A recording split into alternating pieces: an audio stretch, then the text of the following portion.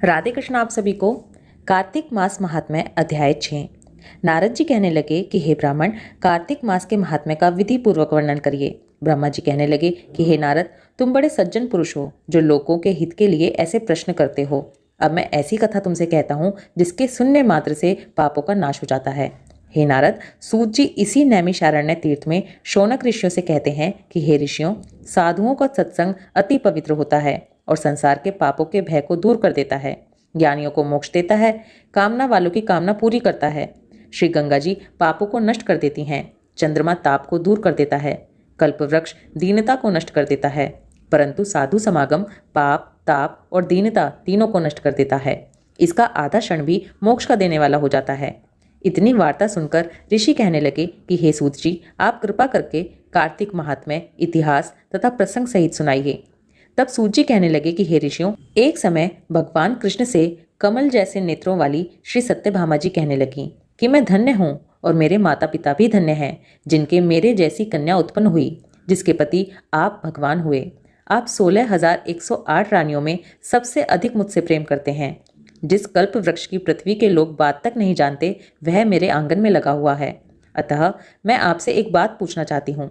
आशा है मेरे हित के लिए आप वह बात अवश्य बताएंगे।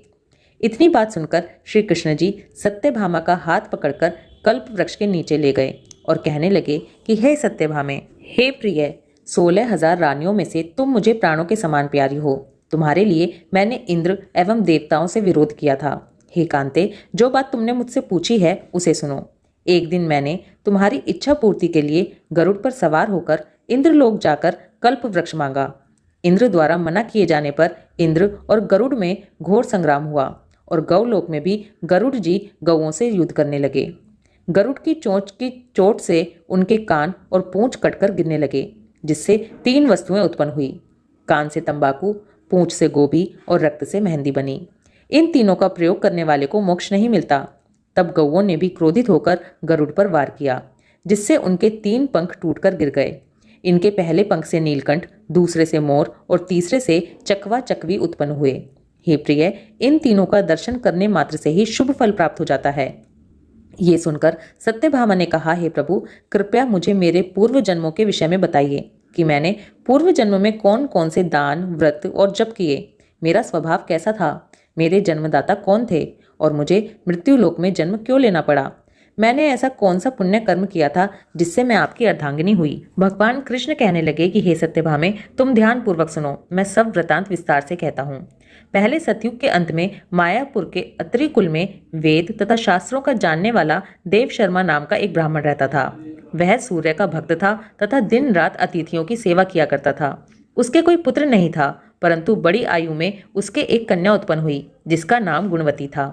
देव शर्मा ने चंद्र नामक अपने एक शिष्य के साथ अपनी कन्या गुणवती का विवाह कर दिया। चंद्र पिता के समान उसकी सेवा करता था। एक दिन देव शर्मा अपने दामाद के साथ लकड़ियां काटने के लिए हिमाचल के समीप गया। वन में इधर उधर फिरते हुए उन्होंने एक महाभयंकर राक्षस देखा। उसको देख वे दोनों भागने में असमर्थ हो गए और दोनों ही उस राक्षस के हाथ से मारे गए। परंतु उस क्षेत्र के प्रभाव और अपने कर्मों के कारण हमारे वैकुंठ धाम को प्राप्त हो गए, क्योंकि जैसे मेघ से बरसा हुआ जल सब नदियों द्वारा समुद्र में प्रवेश पा जाता है, वैसे ही गणेश, शिव, सूर्य, विष्णु, किसी भी देवता की उपासना की जाए वो हमको ही प्राप्त हो जाती है। इसी प्रकार वे दोनों सूर्य के भक्त हमारे दूतों द्वारा विमान में बैठकर हमारे लोक को प्राप्त हो गए। उन दोनों का मरण सुनकर गुणवती बड़ा रुदन करने लगी और पुकारने लगी कि हे पिता, हे पति, तुम्हारे बिना मेरा निर्वाह कैसे होगा? मैं किस प्रकार जीवित रह सकूंगी? तुम मुझे छोड़कर कहाँ चले गए? मेरे अन्न तथा भोजन का प्रबंध कैसे होगा? मेरे लिए अब कोई ठिकाना नहीं है। इस प्रकार विलाप करती हुई वह अचेत होकर वृक्ष की तरह भूमि पर गिर पड़ी और जब कुछ चेतना आई तो उसने घर का सामान बेचकर उन दोनों की अंत्येष्टि क्रिया की और मेरी भक्ति में सदा तत्पर रहने लगी। इसी प्रकार कार्तिक मास आ गया और वह कार्तिक के व्रत करने लगी तथा एकादशी का व्रत भी करने लगी। यह दोनों ही व्रत भगवान को अति प्रिय हैं तथा मुक्ति और ऐश्वर्य के देने वाले हैं। कार्तिक मास में तुला राशि के सूर्य में जो प्रातःकाल स्नान करते हैं, जागरण तथा दीपदान करते हैं, उनके महापातक नाश हो जाते हैं। जो मंदिर में जाकर झाड़ू देते हैं या भगवान की पूजा करते हैं, वे जीवन मुक्त हो जाते हैं। जो तुलसी के वन की पालना करते हैं वह फिर इस संसार में आकर जन्म नहीं लेते। एक दिन वह गुणवती ज्वर से पीड़ित हो गई। तब भी दुर्बल शरीर वाली गुणवती गंगा स्नान को गई। अतएव गंगा जी में प्रवेश करते ही शीत के मारे उसकी देह कांपने लगी और वह शिथिल होकर वहीं गिर पड़ी। उसी समय हमारे दूत सुंदर विमान में बिठाकर उसको हमारे धाम में ले आए। यह कार्तिक के व्रत का ही प्रभाव था। फिर द्वापर में ब्रह्म आदि देवताओं की प्रार्थना पर इस पृथ्वी का भार उतारने के लिए हमने कृष्ण अवतार लिया। तो उस समय हमारे ही सब देवगण यादव बने और तुम्हारे पिता देव शर्मा सत्राजित हुए, चंद्र शर्मा अक्रूर हुए और तुम गुणवती सत्यभामा हुई। कार्तिक के व्रत के प्रभाव से तुम हमारी प्यारी हुई। तुमने आज जन्म तुलसी के वृक्ष का पालन किया, इसी से तुम्हारे आंगन में कल्प वृक्ष है। कार्तिक में तुमने दीपदान किया, इसी से तुम्हारे घर में लक्ष्मी स्थित है। जो कार्तिक मास में तुमने व्रत आदि किए, उसी से तुम हमारी अर्धांगिनी हुई।